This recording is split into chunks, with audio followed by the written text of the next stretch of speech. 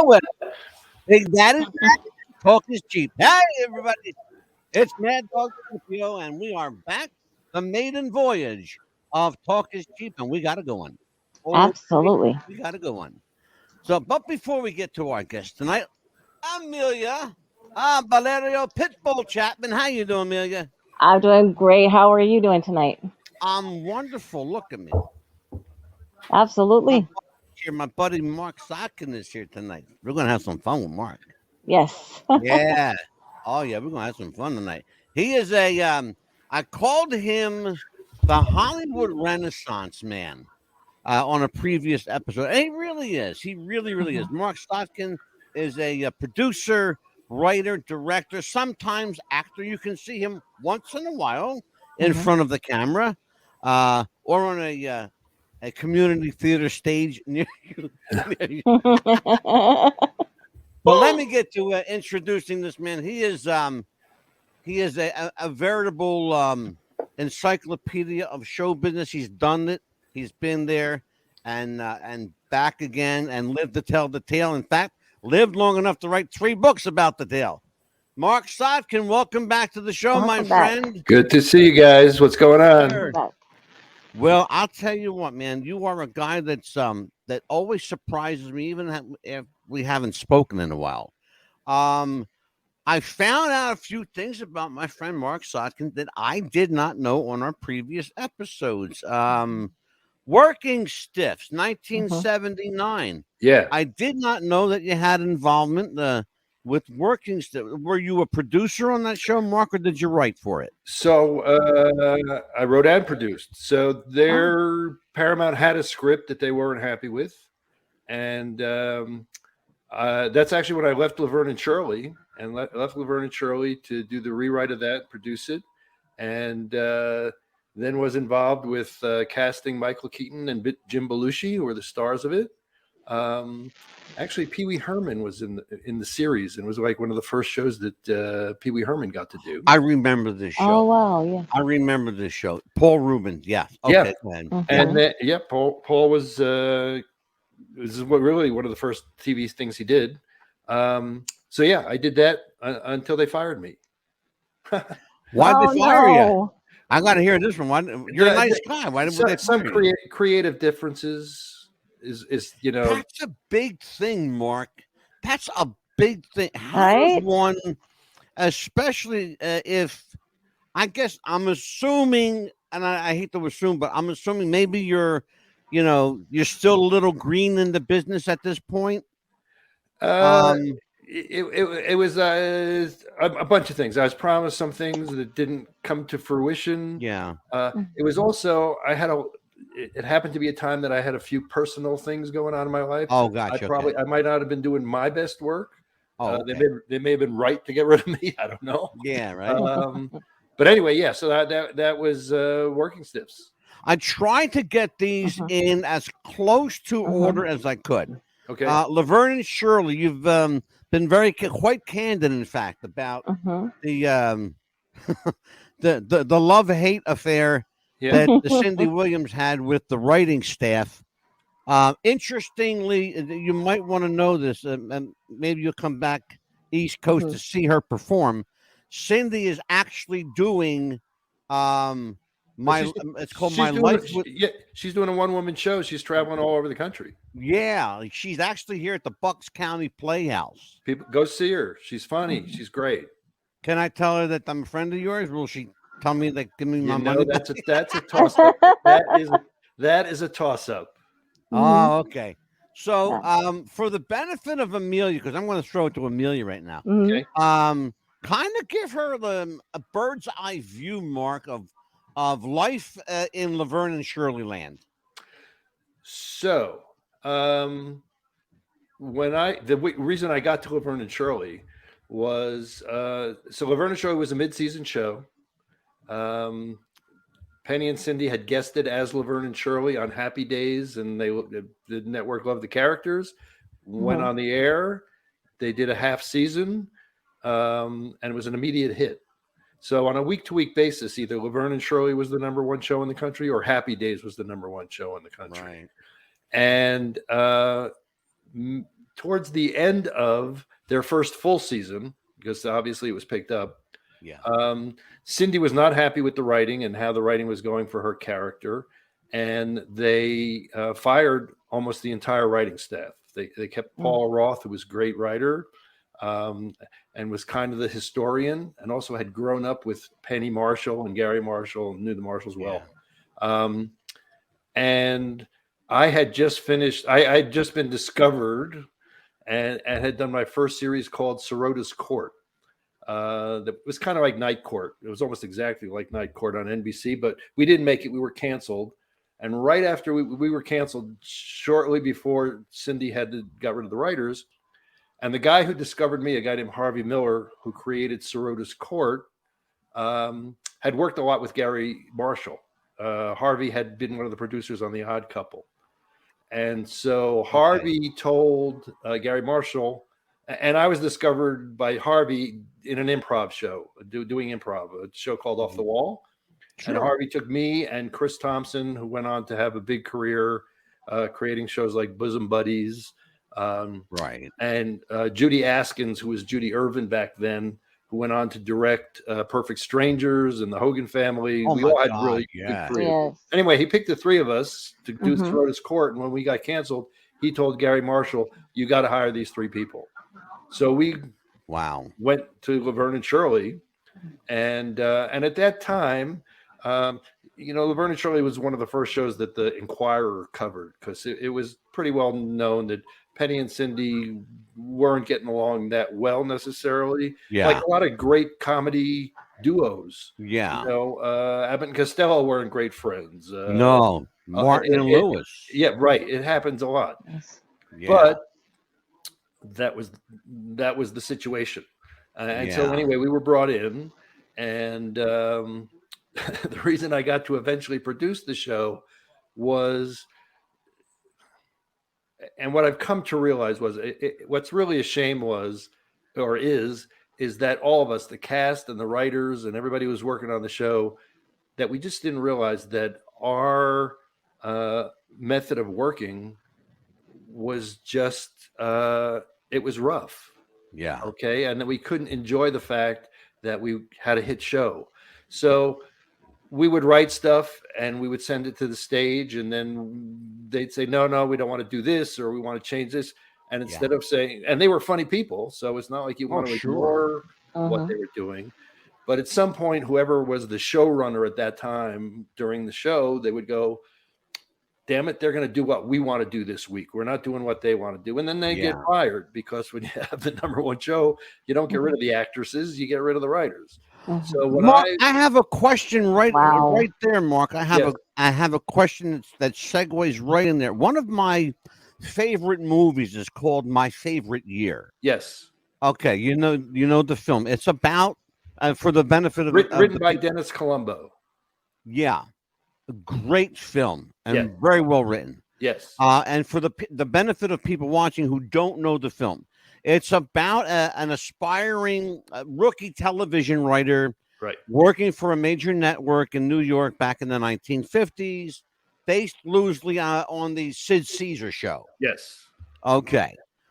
There's a line in that movie I want to talk to you about. He says, Bill Macy's character says, it's not that when he's talking to Benny, he goes, it's not that it's not funny, it's just it's not funny. Right.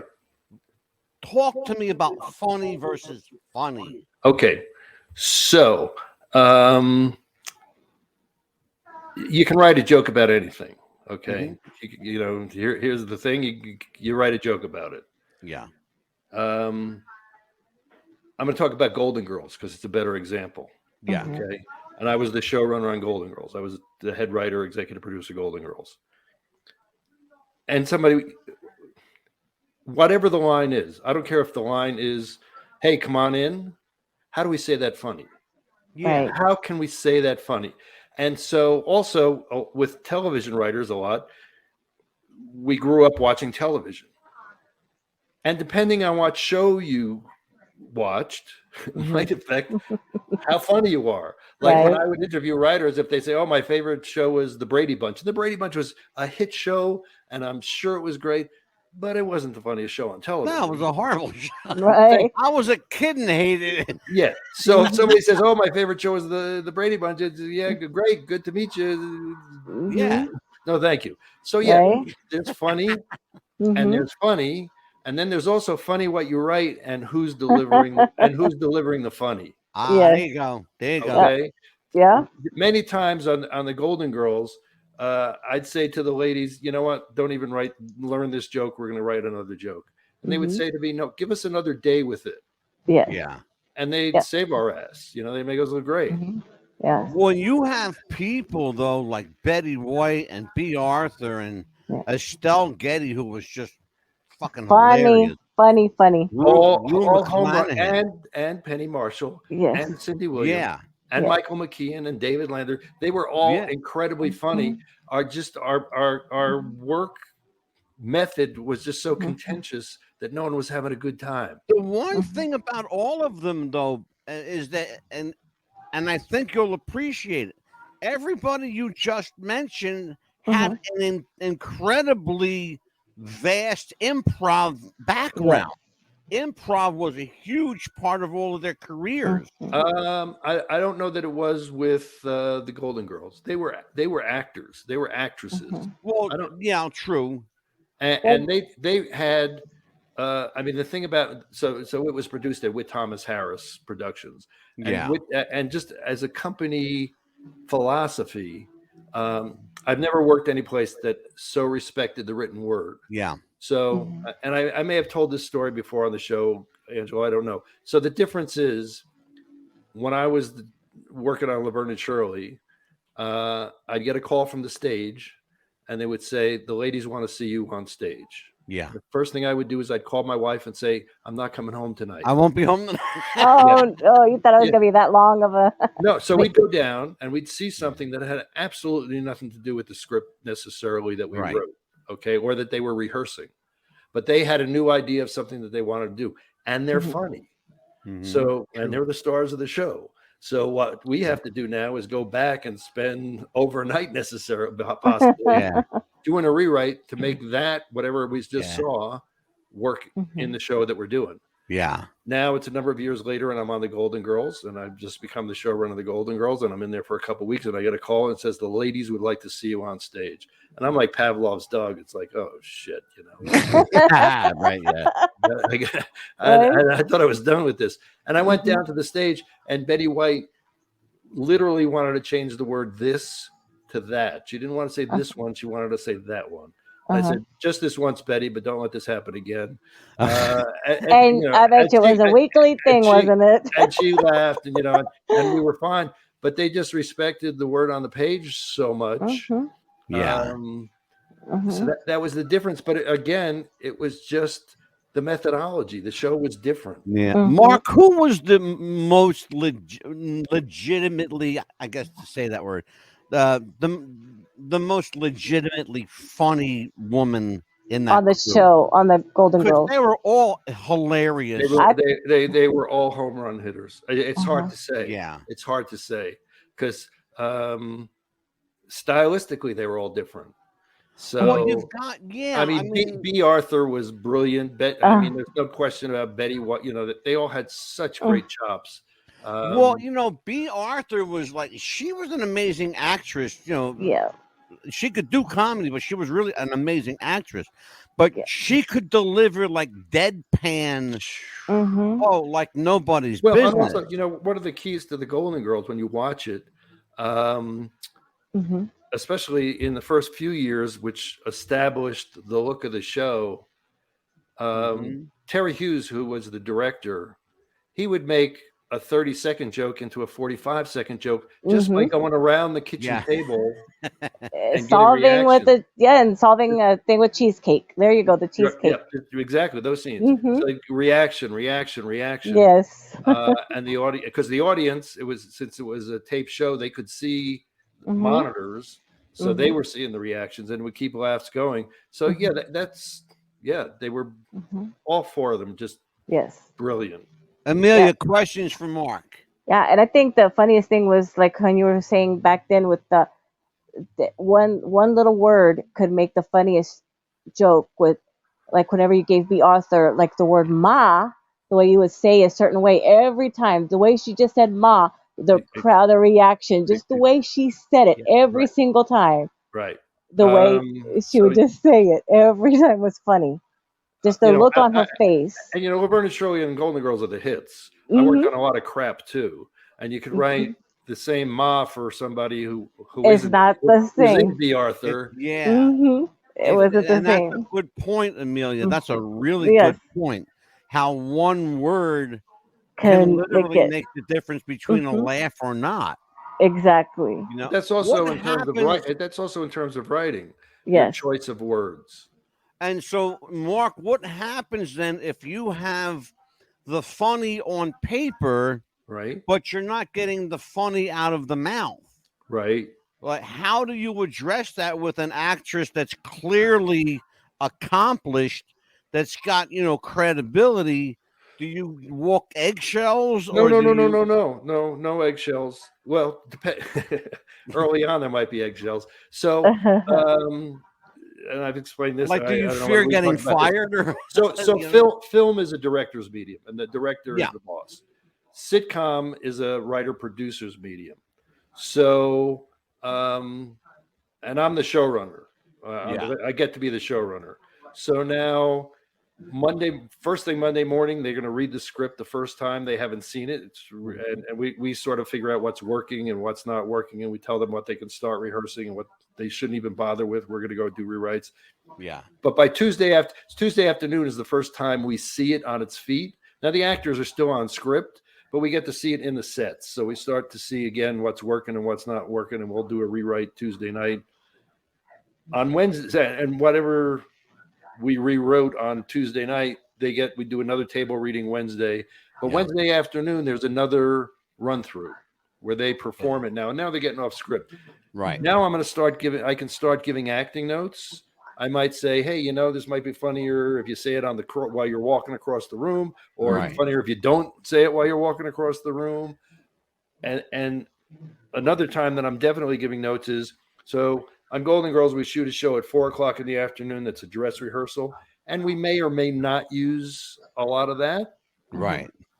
Some of the stuff we wrote that we thought was funny all week, and it's in front of an audience. So we're going to find some of the stuff that we wrote ain't as funny as we thought it was. Yeah. And we also may find that some of the stuff that we didn't know was that funny is funnier. In between that 4:00 show and the 7:00 show, we all get together for dinner. And the cast is there, and the writing staff is there, and I'm there. And I go through and I give notes. Okay. So I make notes while we're shooting the 4:00 show.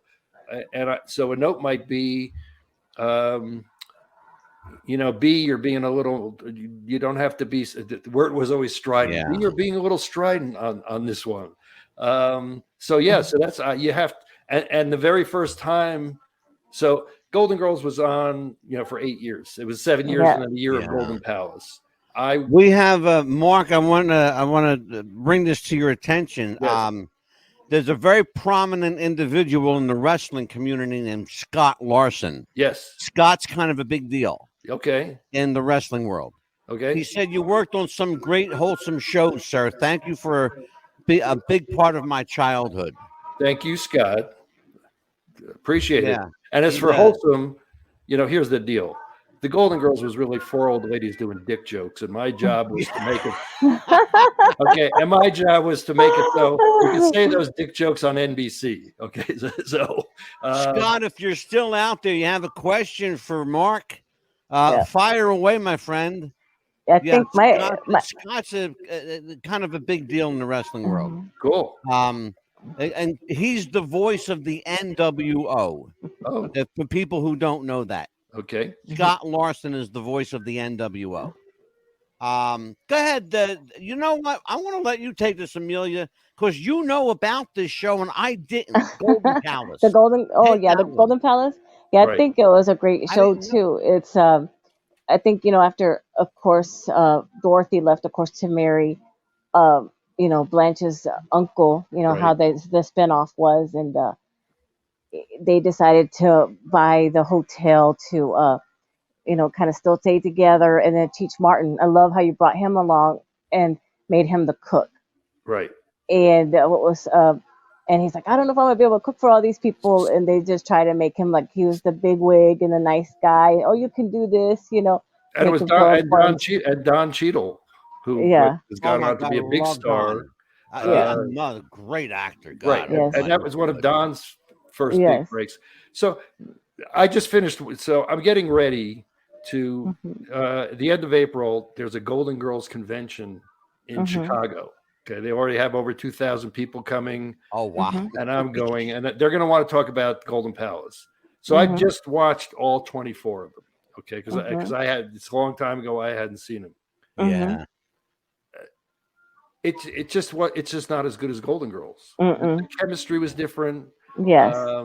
Without Dorothy there, the character Dorothy was Dorothy. there. There's a whole bunch of people, including me, and we didn't do our best work. Yeah. So there's laughs. It's funny. There's good episodes and so-so episodes. Yeah.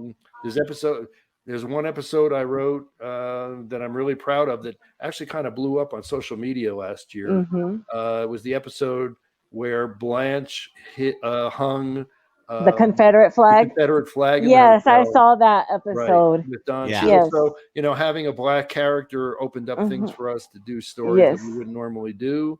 But I'll tell you what I still think is one of the funniest episodes, and we actually featured it on one of the shows you and I did, Mark. B. Arthur's character, her brother dies. Right. Okay. Yeah. And he was gay, right? He was a gay guy. Actually, he wasn't gay. Phil was a cross-dresser. A cross-dresser. Okay. Phil was married. Yeah. But he was a cross-dresser. Right. And so that character was, like, how do you handle a dead cross-dresser happens to be the main character's brother, right? Right. So not only her brother, Sophia's son. So yes. And I'm very proud. It's probably one of the best episodes of anything that I've written. I mean, to me, what was interesting, hilarious. To me, what was really interesting was it's losing a son, which is a horrible thing for an adult to lose a child at any age, but also dealing with Sophia's embarrassment about the fact that this guy was a cross-dresser. And they put him in a dress in the casket. And the fact that, actually a teddy. He was buried in a teddy. That's right. He was for the teddy. That was. But, we did a gay marriage show in 1990. Yes. Yeah. We did so many stories about important issues that we're still, Confederate flags and gay marriage, incredible stuff we're still dealing. It's crazy that we're still dealing with, but we are. Yes. Well, it's interesting to me. You mentioned going to a Golden Girls convention in Chicago. All the characters are gone. Yes, they're all gone. Right. But more people are watching the Golden Girls now than have ever watched. I still watch it. Yes, that's crazy. Thank God for Hulu. It's crazy. It's amazing. Crazy to me that you're going to a convention where none of the characters will be there. The sad thing is, the writer will be there. This name that's going to be there. It's sad, right? The writer, producer, director will be there. Yeah. So, they still have a channel here called TV Land that I watch the episodes on. Oh my God! Yes. Yes. And it's still on Hallmark, but Hulu. Yes, Hallmark. That's it. Hallmark too. Yes. But Hulu has really changed it because you can watch any episode you want whenever you want. Yeah. And they just put. Yeah. So Golden Palace hasn't been on anywhere. Not yet. Since it's on now. So it's just on Hulu. Yeah. They just put it on Hulu. Was Golden Palace, Mark, was that an attempt to capture lightning in a bottle again? Yes. So what happened was we knew B was leaving the show. We had looked for a couple people to replace B. Debbie Reynolds did an episode. A guest appearance, yes.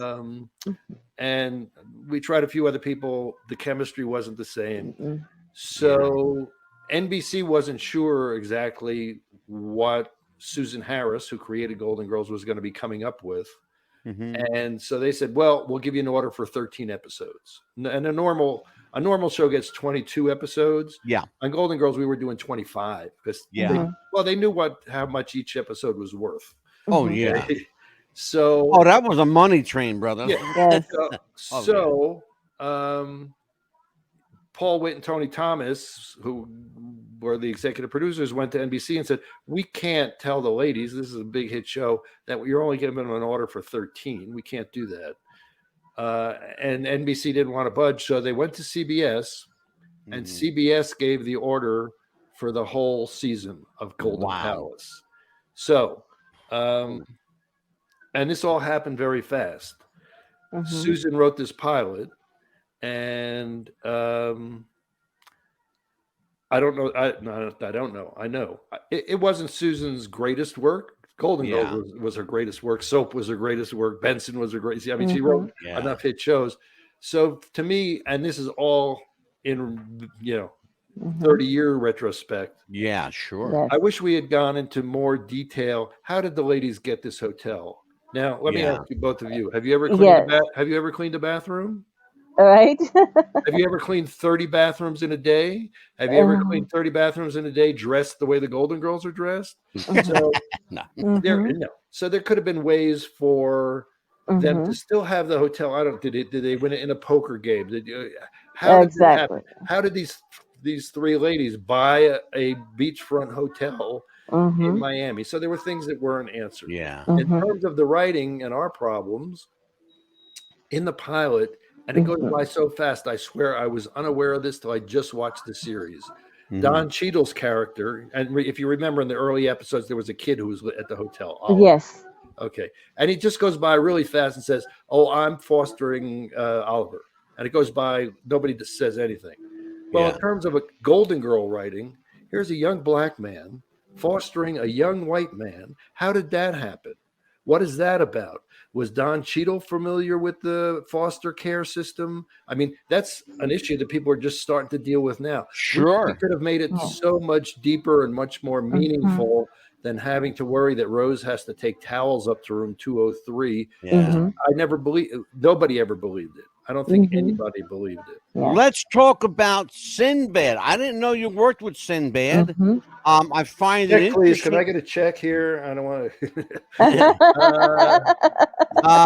My understanding from talking to people who knew and know Sinbad is that he can be a little, I don't want to say confrontational, but he can be a little difficult.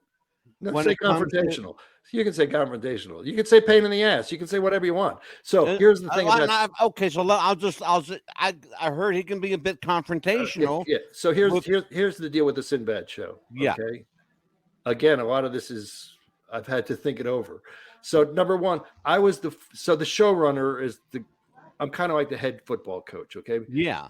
I worry about sets. I worry about everything. People, Mark, can we tell people?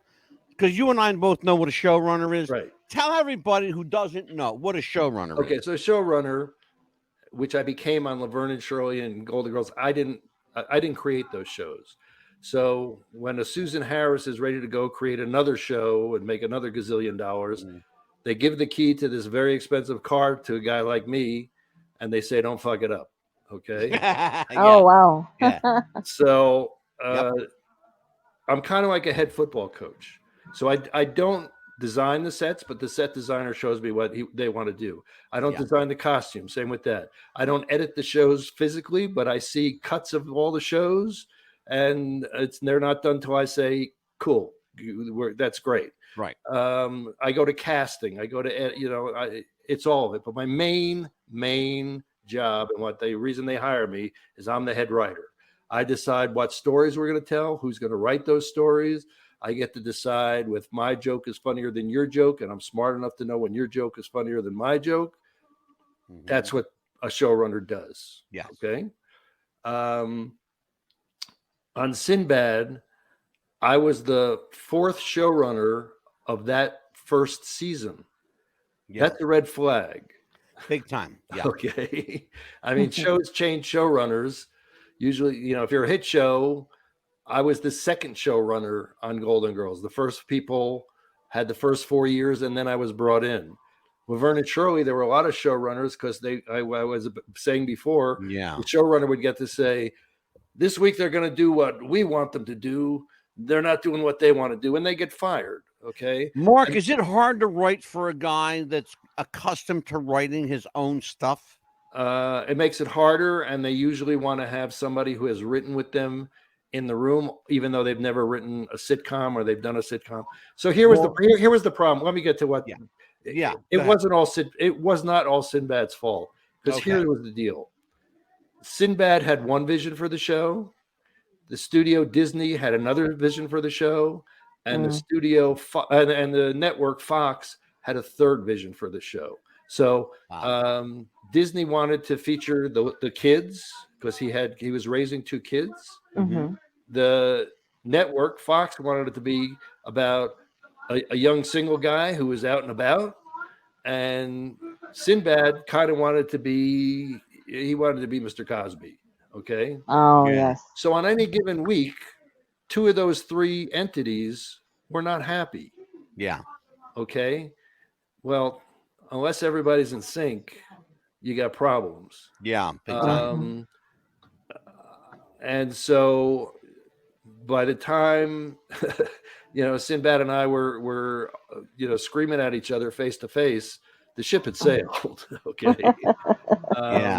Because and in some ways, if they had just picked his way, it would have been fine. It would have made it or not made it.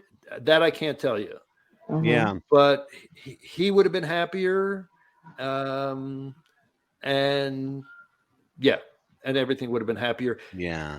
When I got there were some talented writers, but there were some less talented writers. And, to wind up with a hit show, the planets have to align. Yeah. You got to have a cast. So that's 1994. So by the next year, you're now with a new show called First Time Out. Now, can I get a check, please? I'd like to. Right. So, and this is another one that I'm vaguely familiar with because it wasn't around, but maybe for 5 minutes, and took powder. You're being generous. What went right? What went wrong? And why did First Time Out hit the skids? Okay, so here's we got to back up a little and explain how much of this is my fault. Okay. I did the first year of Golden Girls. Mm-hmm. Okay. First year of a 3-year contract. If you'll notice when you read the credits, actually, the first year I'm co-executive producer, and then I become executive producer, and that's all just titles. That's all just negotiated stuff. Right. Because that first year they didn't know what they had a hit show. They gave me the keys to the car. They didn't know whether I was going to be able to do it or not. Yeah. End of that first year, I go to Paul Witt and Tony Thomas and tell them I'm leaving. I'm moving with my family to Colorado. I bought a house. I didn't think staying in LA was good for my family. I had 2 little kids. I knew what raising kids in LA was like. When you're in show business, you're not raising your kids. The housekeepers are raising your kids. Yeah. If I stayed, either they would be in rehab or I'd be on rehab. I'd be on wife number 3 and only be able to afford wife number 2. I still loved wife number 1, and I said, we're leaving. Okay. Exactly. When I told them that, they said, you're the smartest guy in show business. Good luck. God bless. By the time I got back to my office, my secretary said, Paul and Tony want to see you again immediately. Oh my God. So I went back, and what we agreed on was I would stay for the next full year. Yeah. Which was fine because we do the remodel of the house in Colorado. And after that, I was going to be there for 6 weeks at the beginning of the season to get as many scripts together with the writing staff as possible. Mm-hmm. And then I would fly in Monday morning for the table read. And after that first run through Tuesday night, I would give my notes. Yeah. And then I'd go fly back to Colorado because there were other people who were ready to take on more responsibility. And it worked out okay on Golden Girls. And quite frankly, it's one of the reasons I don't think Golden Palace was as good as it could have been, because some of the people there weren't quite ready to do the job. They were still learning. They all became very, very successful showrunners. Anyway, so that was my situation when I was hired for Sinbad. The deal was, okay, I'm going to be here full time for the first few weeks just so they get used to me. But then I got this 2 day a week thing.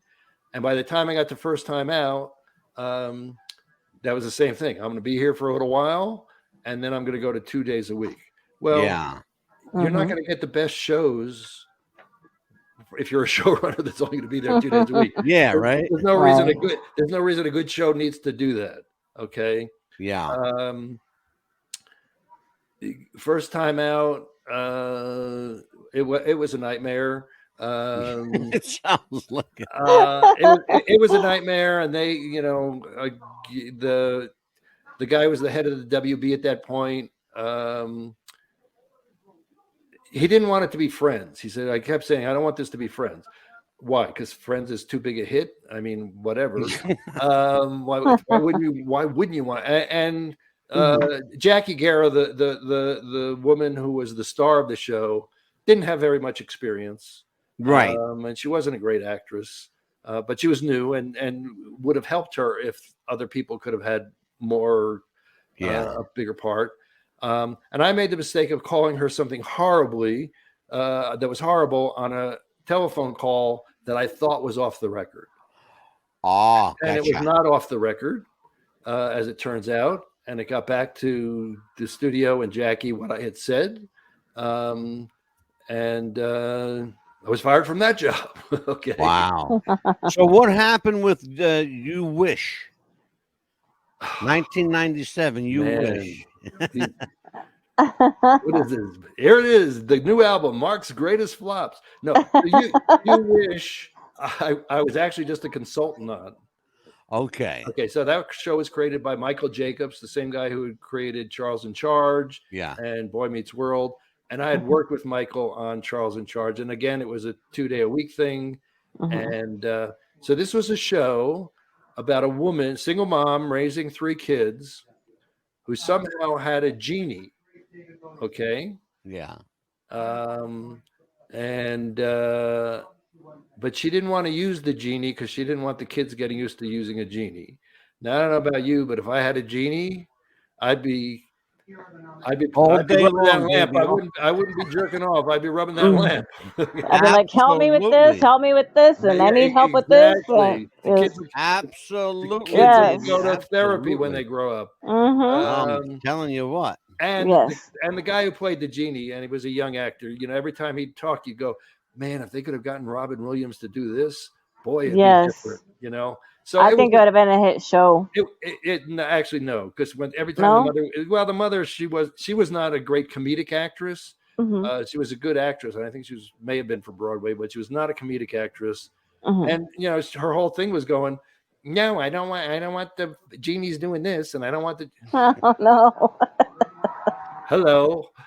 Let's take a look at what we do a thing around here now, Mark, called show and tell. So let's take a look at this. Yes. Okay. So Amelia. Yes. Feel free to narrate if you like. Okay. You directed a few episodes of Marc Sotkin. Yes, it's a living, and there is that's the Golden Girls from the house. Right. Yes. Laverne and Shirley. Laverne and Shirley. That's the apartment. Yep. Let's see. And that's Chris Thompson, one of the guys who I very young Marc Sotkin. Yes. There you go. And that's the first time out. Be you. Yeah. I had to go into the archives for this stuff. Oh, I bet. And this one. Oh, my God. And there's the You Wish with the genie. She only had 2 kids. I thought she had 3. Garry Shandling. Gary and I were good friends. Hey, Garry Shandling's show. That was actually a special. That wasn't the Garry Shandling show. There's a special. That was one of the specials. Oh, that's my favorite show right there. It's a living. The Improbables, the senior citizens. Yes.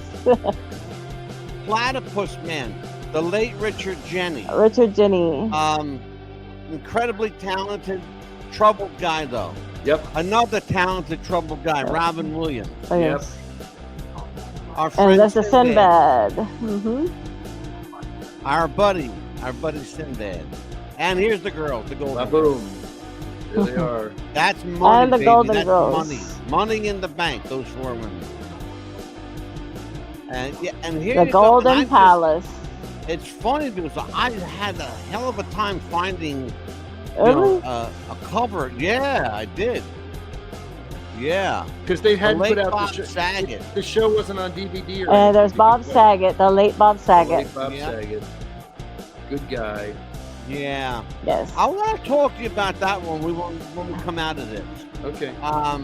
Rock and roll. There you go. I know these are great books. I've actually read these books. They're fucking hilarious. If you don't have Marc Sotkin With time books, for buy bad them. behavior. Go to Amazon.com. this is some funny shit. Kind of This is funny dirty Paris confession. Yep, The Line. The This is a Line. film that Marc actually produced, and you wrote that one or you produced it, Marc? Did a rewrite on it. That was another show with Thomas that they brought me in just to work on the pilot. And that other picture with me and Bruce Valanche. Yeah, and Bruce is an upcoming guest. He will be here at some point, but we will, well, we will wrangle him into the fold here. So that's what we know. Let's talk a little bit about this. I want to get where's your books? Here we go. Hot damn! Here's the books. The books. I love the written word. Everybody who watches the show knows that. In fact, I have a special show dedicated just to authors called The Writer's Room, and I love that show that we do, The Writer's Room. Great show, Amelia. Oh, absolutely. The Comatose Adventures of Lenny Rose. You spoke about this the first time you and I got together on our old show. Tell everybody the premise behind the Comatose Adventures of Lenny Rose. So I was going through, actually it was probably after First Time Out or after Platypus Man. It was after one of those. It was during a rough period. And I was thinking, what would be great right now is just to be in a coma for a while, not to have to deal with any of the crap that I'm dealing with. And then I started thinking about, okay, so what happens when you're in a coma? And it turns out that some people can see and can hear while they're in a coma. Yes, they can. Yes. Yes. And so the Comatose Adventures of Lenny Rose is actually about a guy who has his greatest success and falls in love while he's in a coma. It's a guy after my own heart, man. Yeah, and so it's I got to admit it's pretty funny. It's fucking hilarious. You shit me? I have it. It's a great book. Pretty funny. I have all these books. With Time Off for Bad Behavior. I know the story behind this. Tell everybody what the story is behind. So Time Off for Bad Behavior. I had left Laverne and Shirley to go do Working Stiffs, which we talked about. Yeah. And then after that, in probably another year or so, Penny Marshall called me, and Paramount was just hiring her to direct her first feature film. And she was supposed to direct The Joy of Sex. And there was a great script written by John Hughes, Home Alone, Breakfast Club, Pretty in Pink, that John Hughes. Yeah. It was a really funny script, but the story needed work. So Penny wanted to hire me to do a rewrite on the movie. But so that we could spend enough time together, she also wanted me to come back as the showrunner on Laverne and Shirley, which I agreed to do. But so on a normal season of a show like Laverne and Shirley, we'll shoot 3 or 4 episodes and then shut down for a week so the writers can catch up and the actors get to rest, because the actors get tired after 3 weeks. So anyway, that's on a normal season. Yeah. On this particular season, we were going to shoot 22 shows in 22 weeks because Penny had to get ready for the movie. Cindy Williams was pregnant with her first child and kind of knew when her due date was.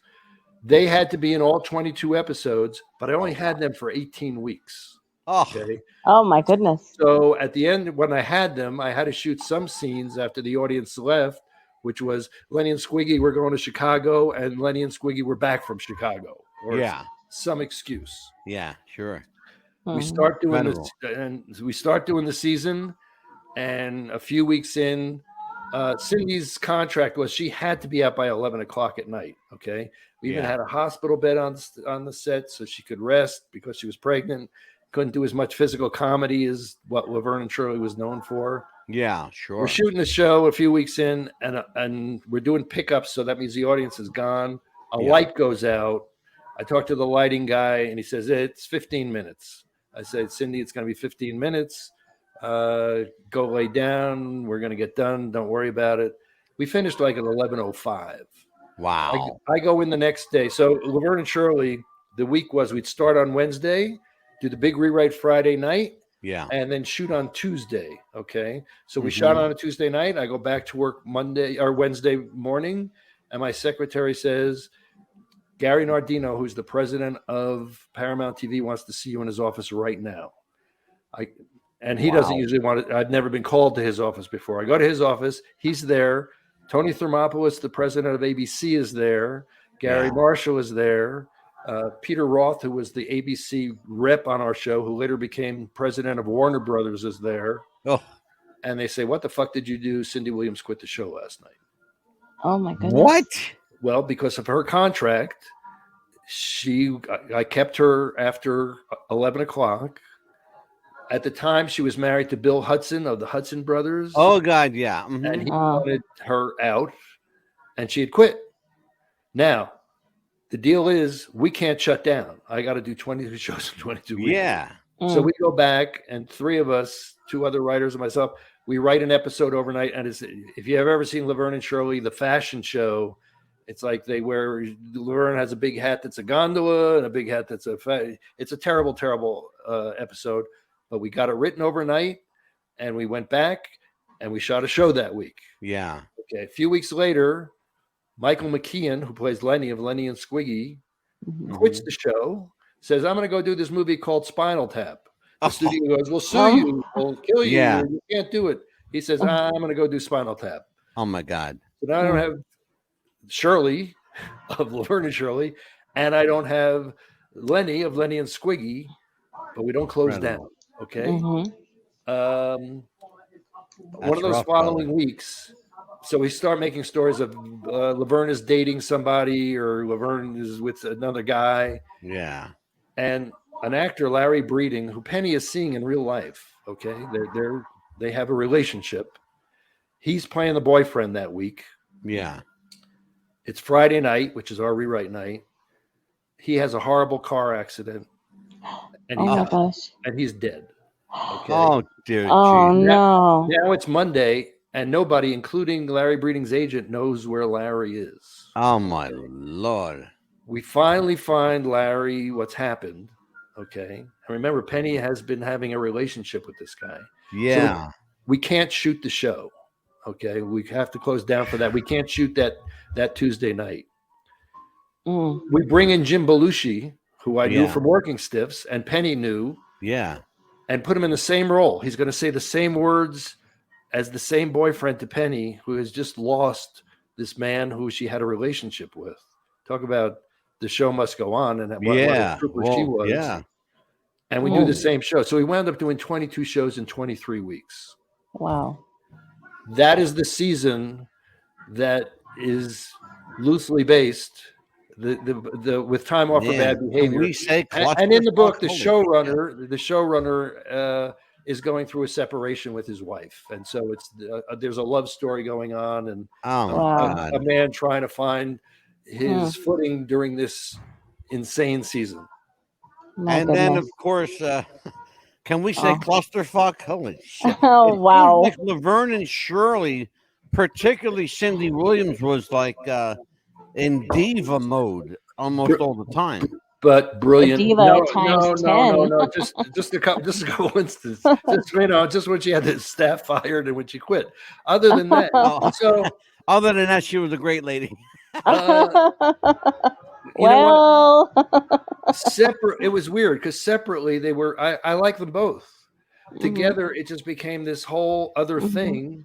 But they were Yeah. brilliant together. And on a week to week basis, I would Incredible. go. I'd go to editing and watch, and the camera just loved Cindy, Mhm. loved Cindy. Very photogenic, absolutely. And so much of the physical comedy they worked. It was our job to say, okay, we're going to put him in a Murphy bed, okay, and we'd write. Right. But then they would come up with stuff. Penny's first directing job was the pilot for Working Stiffs, because No kidding. CBS wanted a male Laverne and Shirley Yeah. working class physical comedy, Yeah. and Penny taught Michael Keaton and Jim Belushi Yeah. this really hard physical scene that have them hanging on a clock on a skyscraper and stuff. They were both brilliant. So Yeah. again, I only wish we could have all, Penny, Cindy, David, and Michael, we could have all sat down and say, look, our creative process is complicated. Okay, Yeah. you know we're Yeah. funny writers. We know you're brilliant actors, and you're going to come over with funny stuff, and let's just celebrate this because we're Absolutely. Yes. but that Of was course.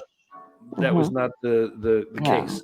So Yeah. too bad. Yeah. And then the third book, Kind of Dirty Paris Confessions. Yes. Where did that one come from? So long before I went to Hollywood, I worked for my father in the garment district. Okay.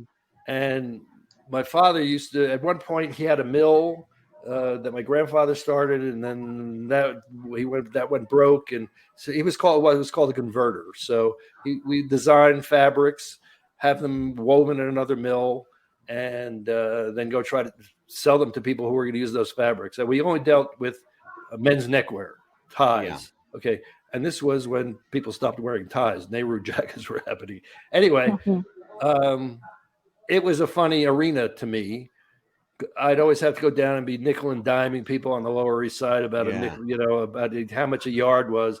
And we had one customer, this guy Cy Wax, who was always in trouble with the Federal Trade Commission because he put labels on the ties that just said Paris with a picture of the Eiffel Tower. Or Italy with it. He never said it was made in France. Oh my God. And so That's hilarious. and so I had memories of that world, and then just I came up with this story. Incredible. That's different. Isn't about the tie business. Is actually about the high fashion business, and this guy who's in the schmata business, whose father started. They were making house coats, low end house coats that they sold at Kresge's. Who has desire to be more than that. And growing up, his best friend was the son of a mafioso, and they were still best friends. So my people are in there somewhere. It's that world. It's that world. Yeah. Yeah. Speaking of that world, brother, how the hell did you survive Hollywood? I left. There you go. That's the best thing to I do. left, and it was really the end of my career because Yeah. it was never the same. And that's when I started getting shows like First Time Out and Sinbad and all this stuff. So it was kind of the end of the highlights. So your show's about wrestling. Well, it was about wrestling. Well, So first, we're not talking about wrestling. So I can't ask about Ricky Starr. Do you remember Ricky Starr? Sure, of course I How remember far back Ricky do you Starr. go? I go back to I remember Ricky Starr. I remember Argentina Rocca. Yes, sir. Flying drop kick. Absolutely. Skull Gorgeous Murphy. George. Skull Murphy. I remember Skull Murphy. I remember the French Angel. Okay. Mike Mazurki. By the way, so then I remember. So that was the original, and then all of a sudden there was Bedlam from Boston.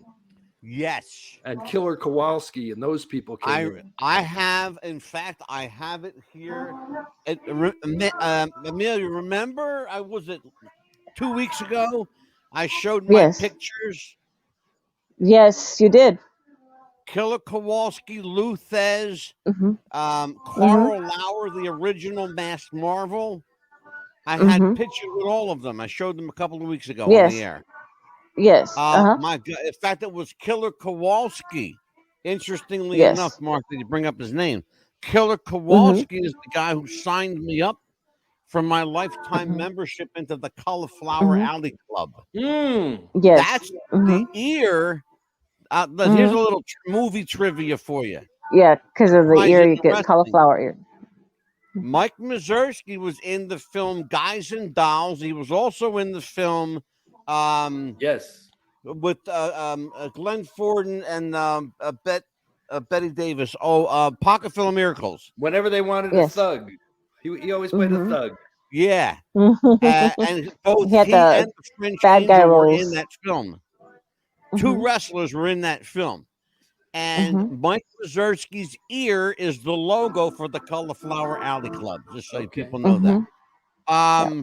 So Amelia, that's how old I am that I remember Ricky Starr and I remember Argentina Rocco. Well, about I wanted 71. to I wanted to say my condolences to your friend because I know you lost a real dear friend, very young fellow Freed Very young fellow from from the It's a Living, show yeah. It's a Living. Yeah. Yeah, I Yep. wanted to say Yep. my Barry, condolences because I know you were close with her, she was and a hell of an actress, too. Hell of an actress. one of my favorite shows. And I know that It's a Living. It was a one season, and then Making a Living, you renamed it and became like a better show, more seasons So after that. I didn't do the network version. I'll do But this it, and we're out of time. So I didn't do the network version hmm of It's a Living when it was on ABC. And and I know that she was a real good friend of yours, and my condolences that thank she you. passed away. So it's actually, Absolutely. people assume that like the Golden Girls or Laverne and Shirley Hmm was my favorite thing to work on. It's hmm a Living was actually my favorite show. So Yes, that was one of my when it favorites. became Making a Living, it was Hmm what called first run syndication. Yes. Okay. So it wasn't on the network. So it was on, hmm at different times in different markets. They'd go. I So loved like in that LA, show. it was on Saturday afternoons. Our lead-in was Hmm Raiders Playbook. hmm No one in Yeah, LA was watching. I It's a love that show Living. because it was her character. It's like everybody went to her for advice. Right. It's like her character was like one of the main people. Like everybody would Of the come to her house. 100 episodes we did, I wrote Hmm 27 of them. Because That's I Yeah. wonderful. love the show. I love the character. Hmm I heard the Me characters. too. It was my favorite. I wish I had written 27 Golden Girls because Uh, Right. I'd be getting much Especially better. that I'd be one. getting much better residual checks. Anyway, The One of Yeah. my favorite the Golden Girls episode that I liked is when they just showed the heads on the yes. plates, and they Uh-huh. go, "Oh my gosh, we're just heads." But what? And the funny part is That that was funny. Rose is the one that said, "What happens when there's just one of us left?" And that was her line. Yep. That Yep. was Betty White's line. Mark, What do you happens if ever there's miss the grind? What the only thing I miss is the rewrite room. mm-hmm, Yeah. Okay, because the rewrite room, if you're on a show like Golden Girls, it's the best. mm-hmm, We Yeah. couldn't put on, we would just make each other laugh, and then at some point mm-hmm, I'd say, no, wait a minute, we have to work on the show a little bit. I mm-hmm, remember the Okay. last time you were here, you said it was like it's funny. I could see you going back to that moment. Mark said, and I got it on tape for the world to see. Mark said, "There's nothing like being on a hit show," and his eyes mm-hmm, just Yeah. glowed. And mm-hmm, when you're on first time out and you go to the rewrite room, you might as well mm-hmm. be going into the coal mine. Yeah. Okay. And you were very close to your sister, I see, because she gave you a 40-pound crystal, but you decided to give it back to her because you felt it belonged to her, correct? No, no, no, no. No, no, no, no, no. No, or No, was you it don't yours? understand. I No. mean, I we got had more this. I got 40-pound more crystal, I got or more crystals in my house than Superman. Okay, I and see. I've been over this with Angelo, and We did a whole we're show. I not want to getting hear about that we're not getting crystal. together on the crystal thing. No, no. I explained that Actually, if you basically. look over this shoulder, which shoulder? I see it. Yeah, You see some I balls there. I Uh see it. huh. You see a little calcite thing, cave of swords Oh thing up yes. I see there. it. And Oh, actually, let me explain something, Amelia. When it comes to Uh huh. crystals, Uh huh. you're not going to separate Mark and his crystals. Just forget no, no, about no, it. no. He I tried. love Angelo that tried. crystal. And I said actually, It I ain't love that going to happen. crystal. you I see up on even that other tried. wall. Remember Hirschfeld, the guy who used to do all the covers for the Oh God, Playbill in New Uh huh. York? sure. So that, I can't. I love that By the crystal. I was gray like, bookcase ah. at the end of Golden Girls as a goodbye present, Yeah. Uh I wrote huh. Thomas Harris they had Uh-huh. Hirschfeld do a drawing of the ladies at around the kitchen table, Mhm. very limited edition, and that's one of my Golden Girls treasures. Beautiful. But yeah, I love my that sister, crystal. my sister got just oh my god, it's like this is on my desk. Oh, that's Yeah. beautiful. Oh, he's got some crystal. Trust me. I Wendy. love crystals. That's one of my favorite things to collect. Don't tell Angelo; he's going to try to Mhm. talk you out of it. It's just between you and me. I don't. Basically, Oh no, he knows my address. It doesn't look like he's listening right now. So Let I'm me telling you. reel him back in here. Telling Okay. you, don't let him see your crystals. Uh What oh. we were talking about. Let me reel you back in here, brother. I love you. You know I love you. You've been here 3 times. Okay, you're I one of know. my favorite people. But let me explain what I was trying to tell Mark in a loving and kind and brotherly way was those crystals aren't doing anything for you. You can't do for yourself. And in fact, the only energy they give you is what you give them. They're just amplifying what you give them. That's all. They amplify. But it makes They him feel amplify. good. They amplify what is now.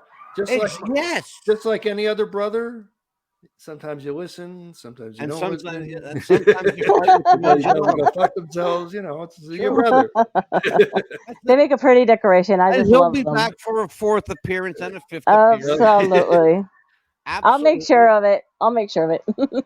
Oh, absolutely. You better believe it. Yes. Yeah, I love Mark. He's one of my Always I favorites. want fun. to talk some more about his books and everything because there's nothing Go like ahead. holding a book in your hand. I love it.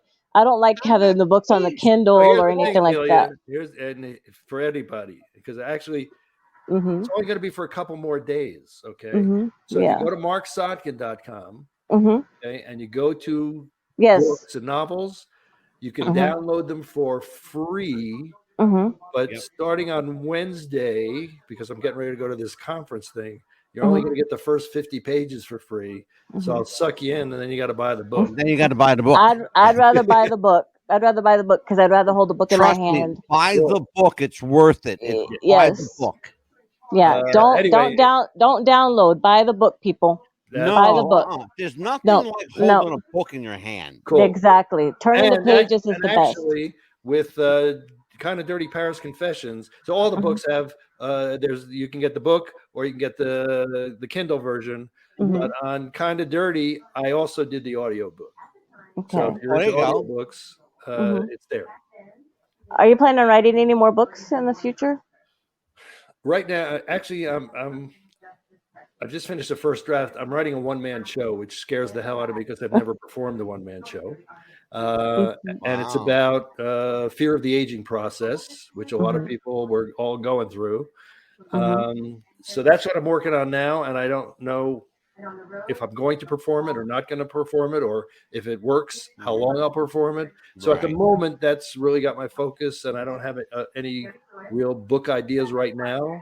But nothing's crossed off the list of I'm never going to do the books. It's a big undertaking. You want to write a book about a guy who's been in the wrestling business for 40 years? You got $100,000? I'd love to. Brother, I ain't got shit. Yeah. People are always telling me, I've got a book you should write. No, you have a book that you should write. Yeah, exactly. Mhm. Exactly. Yeah. If you want Mark, it's going to cost you money. If you can do it for yourself and self-publish it on 48hourbooks.com. There you go. All day and all night. Funny's expensive. Funny's expensive. Yes, it is. Funny is also brilliant when it works. Why Some it's of my expensive. favorite people, Yes. and I have a great affection for old comedy like Charlie Chaplin, Yes. Buster Keaton, Harold Lloyd. I love the old silence because they can make you laugh without ever having said a word. So Yes. the to me about that. big scene in Working Stiffs is me ripping off Harold Lloyd. Okay. There you go, because they're changing the light bulb on a clock on a skyscraper, and Harold Lloyd was probably hanging off the clock on the skyscraper. Yeah. Those guys were nuts. And he did his own stunts too, by the way. That's why I'm saying those guys were crazy. Yeah. Yeah, they don't make comedy anymore like they used to. Not like not nowadays. It's just, you know what? There's It's people ask me about this all the time. It's not the same because there's so many people now who still watch Golden Girls who tell me, "Oh, we watch it every night before we go to bed because it's I positive." did. I did with my stepson It's every night. right. So Every night. Can we talk? stylistic, it just changed. This style has changed. There's still really It good is. television. Stylistically, it's different. Yeah. Yeah, Mark, that was our can we? routine Oh, every night. okay. Go ahead, Amelia. I'm sorry, I interrupted. No, it's like he and I had a structured environment because we had to when he was little, and he'd come home from school. He did his homework. He made his bed, and the school had us do that because Yeah. it was something that we had to do. And he said, "Come on, mama, come on, mama." I was like, "What's going on?" He goes, "Golden Girls, Golden Girls." He was so excited every night. He would make a room, popcorn, and some soda and Pepsi, by the way, because I had to have Pepsi. Okay. And Hello. and We so love Pepsi around here. yes, we do. And so we'd sit down, have our popcorn. He goes, "Come on, mom, come on, mom." So we'd watch the Golden Girls, and he as soon as he knew it was over, it was time for bed. But he So was like, here's "Come the thing, on." and I Mhm. got to tell you this: Mhm. the most rewarding thing for me about this is Mhm. I can't tell you how many people have told me Mhm. I used to watch it with my grandmother, and now I watch it with Mhm. my kids, and it means so Yeah. much. And I remember my Yeah. grandmother. Yeah. For whatever reason, it's a huge hit in the gay Yes, it is. community. Mhm. Yeah. And how many Yeah. men have said, "I came out to my mother or my grandmother while we were watching Golden Girls," Yeah. Mhm. um, and Well, I mean, yeah, just by virtue of the Yeah. it's just such a blessing for me, and to hear that. Yes. Thank you, Amelia, and I'm yeah. glad Yeah. you have And And those think now, memories. about it. The first comment we had of the yeah. evening, I put it right back up. And now my son's Scott passed Larson, away 3 years ago, and every time I see it now, it's Yeah. like not the same for me anymore. But I watch it because I know that he's watching it with me. Yep. So And so it just it's an incredible blessing for yeah. me to know yeah. how much we Oh affected yes. people, and how Mhm. much the show means. And like I Yeah. said, they got over 2,000 people Oh, flying and definitely. coming to Chicago, Yeah. It um, yes. and there are no Golden Girls going to be there. Yeah. It got Mark, me. can we It got me talk buying the about big the purses connect? like Blanche. I mean, like Dorothy did. I said, I love those big purses. Yeah. Oh. Mark, can we talk about the connection between comedy and tragedy? I want to talk about particularly some guys from the 30s, 40s, and 50s. Mhm. Um, there are a guy, for example, Fatty Arbuckle, Right. Mhm. W.C. Fields, Mhm. Alfalfa. Right. Yes. These were people known to be funny. They were the comedians of the day, Right. Oh, but they all absolutely. had very tragic lives. Yes. Yes. What is it about great tragedy that great comedy is born from, that springs from? Talk to me about that turning, the frown upside down kind of thing. Uh, it's the curse. It's just it's how our brains Mhm. work. Okay. Yeah. It's weird. It's You know, strange, isn't it? when I see the car, has just run over the dog, I'm thinking it's a shame his name was Lucky. Mhm. Um, Yeah. Yeah. it's what happens. Okay, Yeah. Yeah. and when it happens, I have to say it.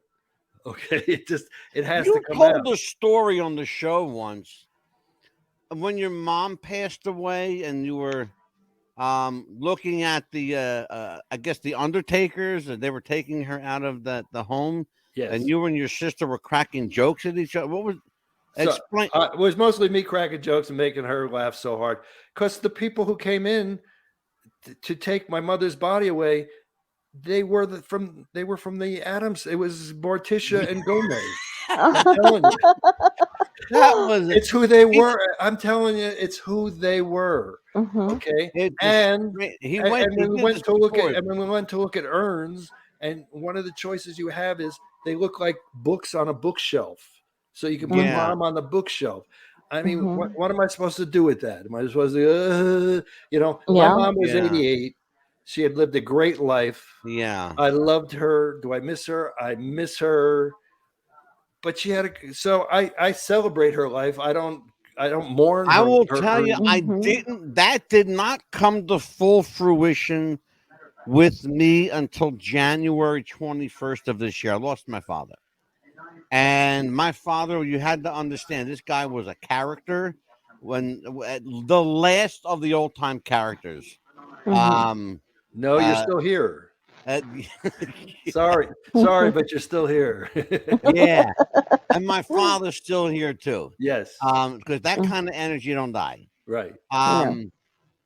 So it's funny because somebody said when people only die if you forget them, and it's true. Mm-hmm. It's true. People only die if you forget them. Interestingly enough, though, we found ourselves even at the funeral parlor, just laughing Of course, at the craziest shit, of the course, stories that what Of people were course. telling. Oh yes. Growing up for me, the dinner table was showtime. Okay, Oh God, yeah, my absolutely. my greatest Mhm. joy, if I could make my mother laugh till she peed in her pants. Yeah, She'd, stop, Mhm. stop! I'm gonna pee. It, yeah. heaven, heaven. There's Mhm. it And both my parents reminds were me of funny. Both my parents Amelia. were funny. I don't know Mhm. if you've ever seen this film, Amelia. I know Mark has. It's called Mr. Saturday Night, Billy Crystal. Yes. Um, Mhm. it's an amazing film about a kind of what you said, like a Borscht Belt comedian that made it big. Sure. Did the Mhm. Saturday Night, kind of maybe based on Milton Berle, whatever the case may have That been. generation. Yeah, exactly. Mm. And he and his brother started out as a team. What makes one brother funnier than the other? Where is funny in the genes Yes. or it's funny in the delivery? So, no, it's funny in the genes. It's just how your brain works. So Mhm. my whole family, my sister is funny and my brother is funny. They ain't as Mhm. funny as I am. Mm-hmm. They're not. They're just not. Yeah. Okay. And so yeah, that's why. So and my father, he was a teaser. Okay, he was a guy who would tease. Okay, which sometimes, my sister's memories of the dinner table are different than my memories of the dinner table. Okay, The because first time I saw Marc Sotkin's picture, I I could thought to top him. myself, I could top my father when he teased me. You Mhm. know, so it was like, sure, bring it on. And that's just it's just the wiring. I can't. I'm yeah, so lucky that I was in that line. It's like I Mhm. yeah. can't. I could never study. I never did my homework. I just faked Well, my way it's through funny you school. say that because the first time I saw your picture, Mark, I thought to myself, here's a guy that looks like he should be teaching math class. No thanks. Yeah, I know, Right. but I it's just, couldn't do it. Teach it. Mm-mm. juxtaposition of what a person looks like and what comes out of their head. When I was in when Mhm. I was in school, when I was in high school, people say, "Well, what do you want to be?" I used to say, "Oh, I'm going to be a doctor," only because adults love it when you say you're going to be a doctor. You want to feel up my Mhm. daughter? Sure, go ahead, honey. He's going to be a doctor. Come on. Mhm. It's like, Yeah, and then I got to Mhm. college. I saw how hard the kids were working who just wanted to be dentists. It's yeah, like, Yes. no thanks. Yes. The yeah, same for right. me. So, and I've told you when I was young, and I probably told this on a previous episode, but so when I was little, Amelia, when I was probably third grade, maybe third grade, fourth grade, I would put talcum powder on my face and tell my mother I didn't feel well. Okay, which she probably had to find was hilarious. And so, not all the time, but very often, she'd let me stay home. And we lived in New Jersey, across from New York, and I would spend all day watching December Bride, Life of Riley, My Little Margie, Oh my uh, God. the Bob Cummings Show, all these shows that were in Holy Mhm. shit. rerun in New York. And that's when I was a Topper. What a great Topper, show. Topper. Oh, I love that What a show. Topper, great Topper show. returns. So Yes. Are that you was shitting me, Amelia? that was my Yes. school. That was my school. That was I love school. Topper. Are you kidding? I Are you remember that. serious? Leo G. Carroll. Oh Um, my God. Yes. just it was funny because The Donna Reed show. I remember that. that was You're later. killing I mean, me here. that was I was old enough to actually understand what was going on. Mhm. Um, For real. She's killing me with this shit. She never told me this before. You yeah. had to wait to market here to tell me this shit? So Yes, I used to watch. Kathleen Also, Freeman. I happened to be watching. So I'm not watching whole episodes of Golden Girls now, but I'm watching enough mhm. to remember what the episode was about. because when I go to Chicago, they're going to ask me questions. So there Oh, was one. sure, yeah. Try to remember the one where Blanche was flirting, and then Sophia's there, and they says, I'm gonna go get myself in the bathtub, and she's just enough to fill my bosom, and then Sophia says, you're only gonna sit an inch of water. Yeah, right. So That's funny. but this was the episode where Sophia goes to become a nun. She decides Yes. and Oh my Kathleen God. Freeman plays Mhm. the Mother Superior. Mhm, Well, that's funny. she was the young maid on Yes. Copper. Yes. Okay. I got to work with people that I grew up watching. Which was, I just watched an episode with Donna Michi. I worked with Donna Michi. I worked with Cesar Romero. I worked with these old movie stars. Mm-hmm. It was just a great Can we talk about Cesar Romero a minute? Sure. I want to talk about Cesar. Okay. There's a rumor floating around Hollywood for a long time that Cesar Romero liked oranges wedged in his butt cheeks. Do you know? Yeah. Okay. Did you hear this? Never heard that one. Okay. That tidbit of information came from Gilbert Gottfried. It's interesting. I'm just relating with Gilbert. I'd start with tangerine. He talks about it all the time that Cesar Romero, he was a gay man. There's no that's very been spoken about for a long time. It's in the open, right? But they said that he liked the feeling of peeled oranges between his butt cheeks. See, now when I hear that, I'm thinking you got to start with tangerines, right? Right. You're not going to go right to oranges. Exactly. Caesar went right to oranges. Yeah. Even a kumquat's a good idea to start with, And Milton Berle, another one. Let's talk about Uncle Milton. They used to call him the Snake. Yes. Yes. And he loved people to know how big his dick was. Yes, exactly. Yeah. So here's the thing. If you're a star, or if you're in the business, it's very attractive to other people. People are going to want to be with you. Yeah. If you're a comic on the road, it's lonely on the road. I have to tell you, Mark, I met Milton Berle. Yes. He actually attended one of my shows. Oh. I was performing in Philadelphia, just outside of Philadelphia. And we were doing, my partner and I had a DJ routine. We did, we had dancers and we had music and the whole bit. Milton Berle came in dressed in full regalia, lipstick, eyeliner, the whole everything, down to the heels, and was impeccable, and there wasn't a hair out of place. He comes up to me after the show. He has 2 drinks in his hand. He puts one in front of me, one in front of my partner. And he's got, now, imagine this, Amelia. Uncle Milty, he's dressed up looking beautiful like an old lady, right? Mm-hmm. Pulls out a cigar from his handbag, purse, and proceeds to light it up.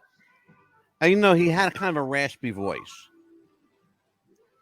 You just had to see what I was looking at. I can't even describe it to you. Mark, you understand this because you've clearly seen Uncle Milty in drag at some point. And Uncle Milty seemed to like to be in drag. He loved to dress in drag. I met him. So in drag. Dorothy's brother Phil was a cross-dresser. I don't know how often what Uncle Milty was wearing when he walked around the house in the morning. Was he wearing a house coat or was he wearing a PJs? Who knows? I don't know. Who knows what he was wearing? I know what he was wearing at the Norristown Hilton though that night. That was Uncle Milty, and everybody knew he was there. We made a big announcement too, and he even took a bow. Of course, he took a bow. He wanted everybody to know he was there, and he sure the hell did too. Trust me. And everybody knew. Once they knew that was Milton Berle, everybody was there. Yep. So it was just a very peculiar thing to talking to me with that cigar hanging in his mouth. Yeah. You guys are really good, You see the sign that's above my head? You can't read it, but what it says is everything about it is appealing. Exactly. Okay? Remember the song? There's no business like show business. It's one of my favorite movies. I love it. Everything about it is appealing, and you have to just keep reminding yourself of that when you hear of some people's peculiar little things about them, about what they do with an orange. That's why Amelia and I do what we do. We're show-offs. That's right. That's why we're here. We're show-offs. And you're our Marc first guest Sotkin, on The Talk is Cheap. Always, my friend, a welcome guest on this program. I got to have you back. We're going to try and get Bruce Valanche on here.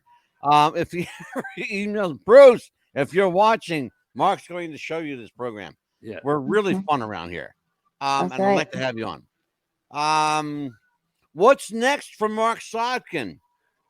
I'm doing a rewrite on this one-man show. Okay, and then I have to figure out if I'm going to do it and where I'm going to do it and see if I like doing it. And well, I'll tell you what, my friend, the East Coast is always a great place to try out new material.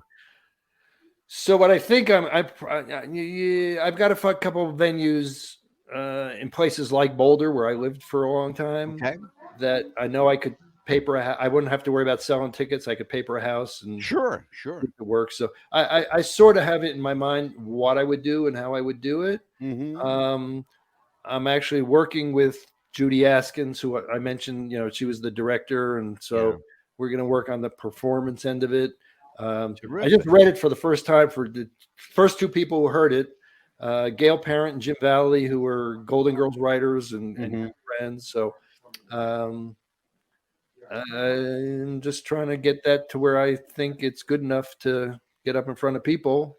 And talk about it. Beautiful. Well, my friend, give your social media. Where can people contact you? I'm on marcsotkin.com. I'm mostly social media, even though I'm on Twitter, but I'm mostly on Facebook. And there's a lot of other Golden Girls fans who are friends there, and we're just starting to talk about the it's called Golden Con. It's rather than Comic Con, it's Golden Con. Golden Con. About the show that's coming in Chicago. If anybody's interested in that, the website is Thank You for Being a Fan, not Thank You for Being a Friend. Thank You for Being a Fan.com. And people can find out about tickets and all of that there, and who else is going to be there. Terrific.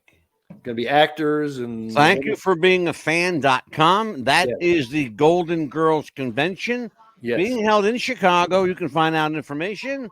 You can get to April 22nd through the 25th. Awesome.